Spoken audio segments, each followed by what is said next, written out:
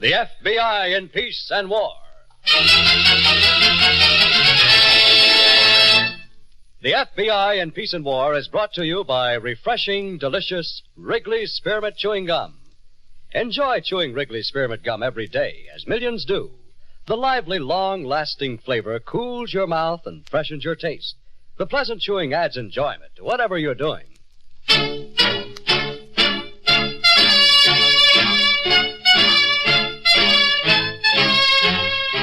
Another great story based on Frederick L. Collins' copyrighted book, The F.B.I. in Peace and War. Drama, thrills, action. Tonight's story, 1 in 100.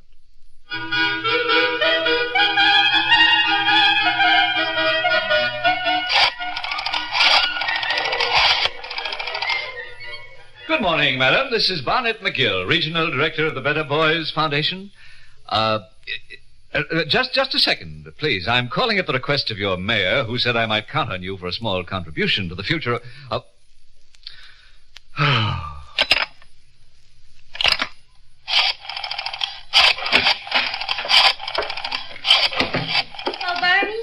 You on the phone? No, sweetheart. I'm practicing a trapeze act. Barney, you kill me. Good morning, sir. This is Barnett McGill, Regional Director of the Better Boys Foundation. I'm calling at the direction of... what? No, I don't want the deep-sea fish market. What's the matter, Barney? You dialed wrong? Gloria, I have just called 55 names on a sucker list and have collected $4 and no cents. This is exactly $1.50 less than I paid for the list. Gee, don't get mad at me, Barney. And what did you collect, my beautiful cabbage head? $100. What? Check for $100. From that guy I phoned? Mm-hmm. There it is. Paid the order Better Boys Foundation $100. Gloria, you're wonderful. Well, what happened? Search me. He's an old guy, 60 maybe, lives in a great big house. Uh-huh. I walk in, I say, I'm Miss Patterson, Better Boys Foundation. He says, what am I doing for dinner tonight? And the next thing you know, he's writing out a check. Gloria, I can only What say... about lunch? I'm hungry. Well, never mind lunch. Tell me more about this old guy, 60 maybe. What's to tell? Lives in a big house, probably a millionaire. Hey, what am I saying? You're saying we're onto something big, Sugar. The one sucker in 100 that pays off. I am? You bet you are. Now, look, Gloria, start right at the beginning and tell me all about this guy. You don't want to eat first? Not yet, sweetheart. When you got one like this on the line, you got to start reeling in fast. Barney McGill was a charity swindler who worked his act with two props, the telephone to call the suckers and a pretty blonde to collect the money. McGill ranged all over the country with his racket averaging as high as $25,000 in a single year, most of the time from contributions under $5. But occasionally, Barney came across an unusually gullible sucker. And for this emergency, there was a special routine. And this is our regional director, Mr. McGill. A pleasure to meet you, sir. Miss Patterson has told me a great deal about your work with the foundation. Well, I'm afraid I don't do very much, Mr. Wiggins. Oh, nonsense. That's all I've been hearing these last few days. You've got a very loyal co-worker, Mr. McGill. I'm sure of that. Now, about this boy's cottage. Miss Patterson has been trying to explain it several times, but I'm afraid I got kind of mixed up, Mr. McGill, so I thought you ought to tell Mr. Wiggins. Oh, no, you weren't mixed up, Miss Patterson. Yes, I was. Mr. Wiggins insisted on me having a cocktail at dinner last night. You know, Mr. McGill. Yes, I know, Miss Patterson. Mr. Wiggins, the idea of the boys' cottage is quite simple. You see, we're building a summer camp for the boys on Beaver Lake, and we expect to have 20 cottages. Now, each cottage is to be named for one of the sponsors of our organization. And we'd like very much to have an Arthur P. Wiggins cottage. And, well, that's all. You mean all you want is my Just name? permission to use your name, sir. But of course, I'd be honored, Mr. McGill. Is that what you were trying to tell me, Miss Patterson? Yes, that's it. By all means, sir. I'd like nothing more than an Arthur P. Wiggins cottage. Well, naturally, you want another slight financial contribution from me. Oh, not at all, Mr. Wiggins. You've given generously already. First your money, now your name. Oh, nevertheless, I should like to make a further contribution. And if Miss Patterson will honor an old man at lunch tomorrow... Of course she will. Miss Patterson will love to have lunch. Splendid. Of course, I could give you the contribution now, but... Wiggins. My nurse, I've got to take some horrible medicine. In just a moment, nurse, as soon as my friends go. I'm terribly sorry, Mr. McGill. My family insists on treating me like an invalid since I retired from active participation in the business. I have to humor them. Well, we're on our way, Mr. Wiggins. And if I may, I'd like to send you a form letter giving us permission to use your name on the cottage. Send it along, Mr. McGill. I'll be glad to sign it. Yeah. Do you think a contribution of $1,000 would be acceptable? More than acceptable, Mr. Wiggins. It would be extremely generous. Very well. And I'll see you tomorrow, Miss Patterson. I'll be here, Mr. Wiggins. Well, goodbye. Goodbye, Mr. McGill, and I appreciate the honor, sir. Thank you, sir. Goodbye. Phew, what a session. It's a good thing we got out of there. He would have given us the house. $1,000? Frankly, I don't get it. I never had one bite like this before. We could go to California on 1,000, Barney. California? Are you out of your mind? We're just starting with this guy. You mean we could get more than 1,000? Not we. You can. Didn't you see him giving you the eye? Oh, gee, Barney's at least 60. Well, who cares? Just as long as he's alive and can write his name in a checkbook. You watch, sugar. The Arthur P. Wiggins cottage is only the beginning.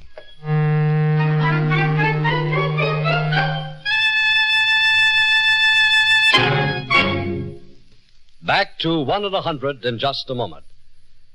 Friends, one reason it's a good idea to keep Wrigley's Spearmint Chewing Gum handy is that you can chew and enjoy this delicious treat while you're doing other things.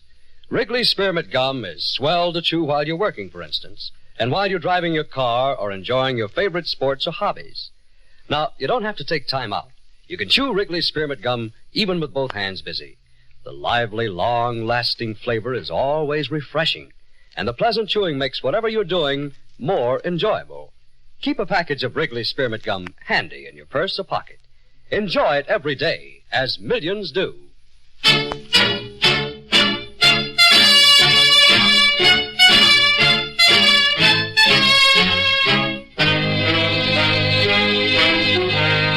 And now, Act 2 of tonight's story, 1 in 100.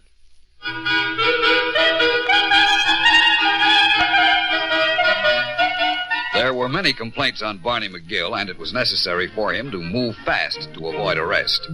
In his haste, Barney would frequently ignore his female partners and be on his way. One such partner was Agnes Hiller, whom we picked up when one of McGill's victims recognized her. Agnes was a rather smart girl, more than a little burned up by McGill's abrupt departure. Believe me, I'd like to get my hands on this guy just as much as you would. When did you hear from McGill last, Miss Hiller? About 6 months ago. He wrote me a letter from someplace in Missouri. Do you still have the letter? No, I tore it up. I was so burned. What were you burned about, Miss Hiller? Why should I tell you? Was it because he left you without money? It was that, all right. But more. Another partner? Don't be such a wise guy. You weren't jealous, Miss Hiller. Jealous? Ha! Of that two-timing four-flusher? He's welcome to somebody like Gloria, believe me. Gloria? Who's Gloria? Never mind. Things will go easier if you cooperate with us, Miss Who Hiller. cares what goes easier? You just catch Barney, that's all. Who is Gloria? Well, I guess she deserves it. Gloria's a girl that used to be in the chorus with me at this club before I met Barney, you see. She didn't do so good in the chorus on account of not knowing which was a left foot from a right foot, so she went back to Ohio. Go on. Well, after I met Barney and we were working the racket, I used to say, you know, honey, we ought to stop in Millburg, Ohio sometime and see this dumb friend of mine. She's a million laughs. Oh, I could kill that Barney. Go on, Miss Hiller. Well, anyway, in this letter Barney sent me 6 months ago, he said he looked up Gloria, and I was right. She was lots of fun. A louse. Do you think this Gloria is working with McGill? Sure she is. She even sent me a postcard saying how cute he was. And you say her home is in Millburg, Ohio? Yeah. If you're going to look her up once, you must know where she lived. Yeah, I know. What does it get me if I tell you? When we checked on Agnes Hiller's story, we found it to be true. We then began tracing Gloria Patterson, whose career, to put it mildly, was somewhat erratic. Come in. Nurse, open the door, please. It may be Miss Patterson. Good morning, Father. Oh. Morning, Nurse. Good morning, Mr. Wiggins. Well, hello, son, and what are you doing here? You're supposed to be downtown at work. I'm on my way. I just stopped in for a second. Well, good. I'm always glad to see you, just so long as you're not going to suggest that I move out of this comfortable house. I've given up on that, Father, but you're always welcome in our apartment. You know that. I know. But I've lived in this house for 45 years, and I sort of like it here. Yes, I know. Father, what I came to see you My about... nurse here has been very good to me. I'm sure she is. Father, you've been signing checks on the Baker Street Bank again. Well, I don't see why. Father, we closed out that account a year ago. I'm managing your affairs now. I pay the bills. If you want to buy something... I don't see any earthly reason why you closed out that account. Well, I don't want to go into that now. But please, Father, stop writing checks on a non-existent bank account. They only come back to embarrass me. I can manage my own affairs, son. I built up our business from a little notion store to an entire chain. Father, I'm late for the office. Remember about those checks, will you, please? I'm quite capable of taking care of my own finances, son. I know, Father. And nurse, call me tonight the usual time, will you? Yes, sir, I will. Bye, Father. Goodbye, son. Can't manage my own affairs. Why, I built that business into a $2 million chain, single-handed. It's time for your medicine now, Mr. Wiggins. Telling me not to sign checks. What do they think I am, incompetent?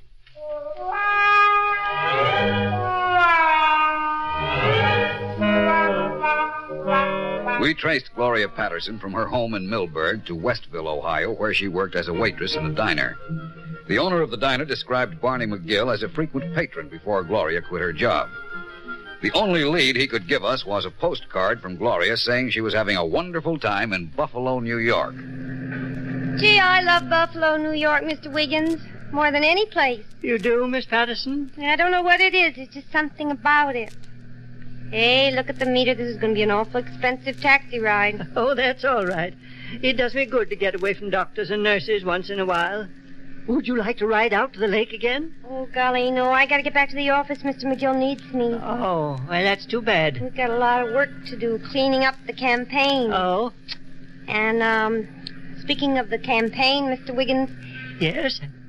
Well, I was just wondering if there isn't something you kind of forgot today. Oh, is there? Mm-hmm. Something you should have brought with you? Well, what was that, Miss Patterson? Think hard. My liver tablets. Oh, I knew it. I rarely come without them, but this morning I was in such a rush. I didn't mean your liver tablets, Mr. Wiggins. I was thinking about the Better Boys Foundation and those poor kids in the city that don't ever see trees and flowers. Oh, that. Well, you know, Miss Patterson, I've been thinking that over very carefully in the last few days. Changed your mind? You don't want the poor kids to smell the trees and flowers? Oh, dear me, no. That's not what I mean. I was thinking, well, I suppose this is sort of presumptuous, but if I gave a larger contribution, could you sort of have a group of cottages like the Arthur P. Wiggins group? How much larger? 5,000? Well, I'd have to speak to Mr. McGill first. Of course, I'll give the 5,000 anyway, but I thought that... Well, what's you stopping for? You told me you wanted to stop at the bank on the corner of Baker and Main. Oh, yes, of course. The Baker Street Bank.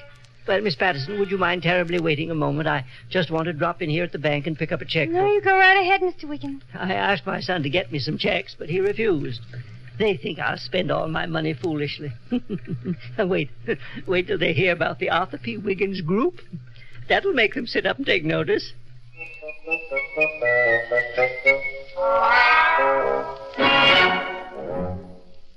Back to 1 in 100 in just a moment. Friends, Wrigley's Spearmint Chewing Gum is made to give you real chewing enjoyment. It tastes mighty good, and it's smooth and satisfying to chew on. At the same time, chewing delicious Wrigley's Spearmint Gum is an aid to your popularity. Here's why. The lively flavor of Wrigley's Spearmint sweetens your breath, and the chewing action helps to keep your teeth clean, bright, and good-looking. So treat yourself to Wrigley's Spearmint Gum and enjoy it daily, as millions do. Get a few packages next time you're at the store. That's Wrigley's Spearmint Chewing Gum. Healthful, refreshing, delicious.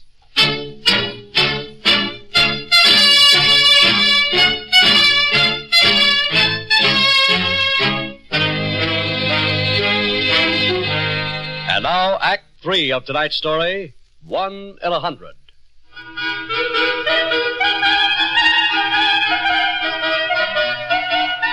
The postcard that Gloria Patterson sent to the owner of the diner was traced to a stationery store in Buffalo. Knowing how McGill worked, we canvassed the office buildings in that area to see if there was any office space with a desk and a phone to rent. There was, and it had been rented by McGill, and he had left the place 24 hours before our arrival. You mean this guy was a crook, and he was using my desk and my phone for swindling? That's right, Mr. Garner. And me only charging him $12.50 a week. I bet I could have got double that. You undoubtedly could have. Can we see the desk McGill worked from? Yeah, sure. It's down the hall there, suite 610. Can you imagine the nerve of that guy using my desk for something illegal and paying me a stinking $12.50? Mr. Garner, did McGill have anyone working with him? Yeah, I'll say he did. Dumb blonde, but really built. Well, that's his desk. I didn't have a chance to clean it out yet. You ought to see what some of those customers leave in the desk. You'd be surprised. Yeah, look, he's just like the rest. Papers all over the place. You mind if we go through these things, Mr. Garner? No, not at all. I always like to cooperate with the law. Maybe you could get a lead from all of this, huh? We hope to. $12.50 I charge him. Yeah, tell me, this swindle he pulls, does he make money on it? About $25,000 a year. $25,000. How do you like that? And you only charged him $12.50. Isn't that the truth? Steve. Yeah? Take a look at that. No, yeah, that's one of those lists he was using to call people. I used to come in sometimes to clean the place. All the time he was on the phone with a list like that. Here's another one. Believe me, if I'd known what was going on around here, I would have put a stop to it. Well, just goes to show you, doesn't it? Here I work my head off practically 14 hours a day. I skimp, I save. And the other guy gets the beautiful dumb blonde. It's the truth, all right. Mr. Garner, we'd like to take all of these lists downtown with us, if you don't mind. Oh, sure, go ahead. You can even take the bottle of aspirin. We'll leave that for you, Mr. Garner. Oh, thanks. Maybe I should take a couple. $25,000 a year, beautiful girl, no work.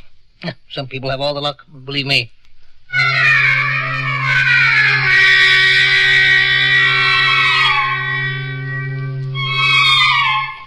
Acting on the chance that McGill might still be in Buffalo, we started canvassing the names on his sucker lists. Not all of the people remembered McGill, but very few of them forgot Gloria Patterson. And I won't forget you either, Miss Patterson. Gee, Mr. Wiggins, I don't know what to say. I'm all choked up, kind of. You will write me from time to time. Sure I will. And I'll send you a picture of the kids playing around the Arthur P. Wiggins group. Nothing will make me happier, Miss Patterson. Me either.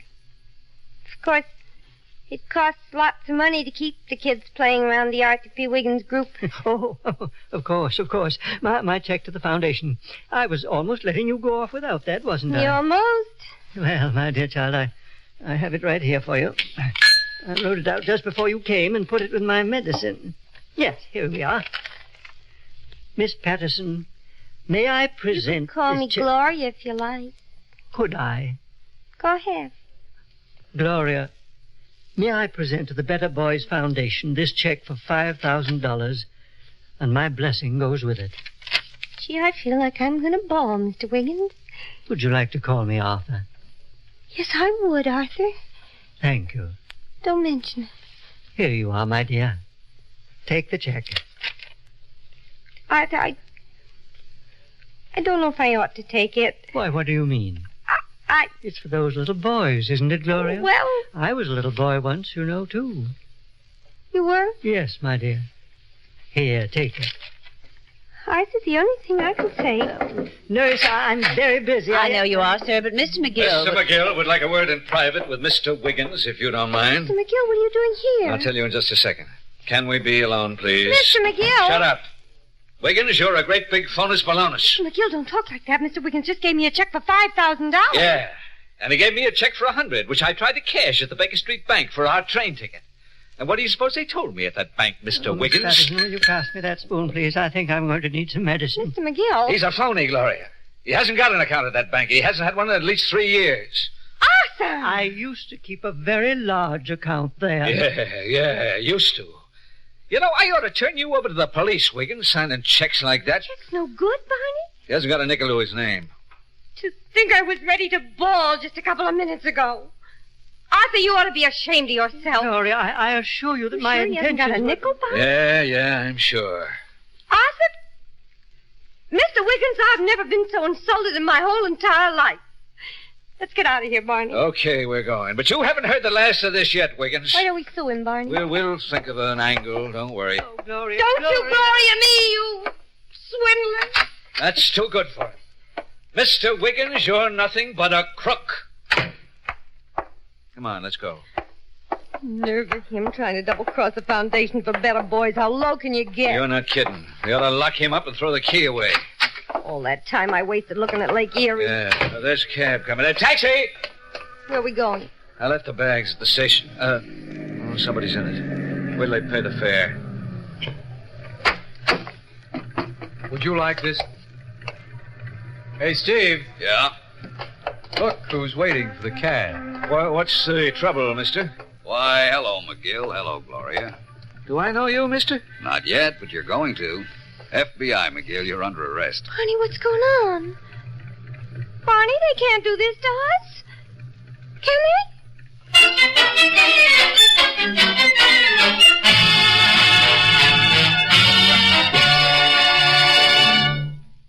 With scores of witnesses to testify against him, Barnett McGill entered a plea of guilty to numerous counts of fraud. He was sentenced to 5 years in prison. Miss Patterson, a first offender, was sent to a women's reformatory for a year, as was Agnes Hiller, McGill's other partner.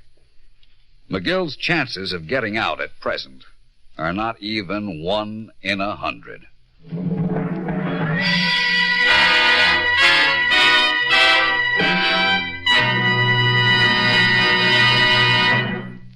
Friends, when you want a tasty treat that satisfies you without being rich or filling, chew a stick of Wrigley's Spearmint Gum. There's lots of delicious, long-lasting flavor in a stick of Wrigley's Spearmint Gum. Real taste enjoyment. And besides, you get enjoyment from the pleasant chewing. It gives you a nice little lift and helps tide you over till mealtime. Helps keep your mouth moist, your taste fresh, too. So do what millions do. Keep Wrigley's Spearmint Chewing Gum handy and enjoy it every day. It tastes so good, lasts so long, and gives you real chewing enjoyment.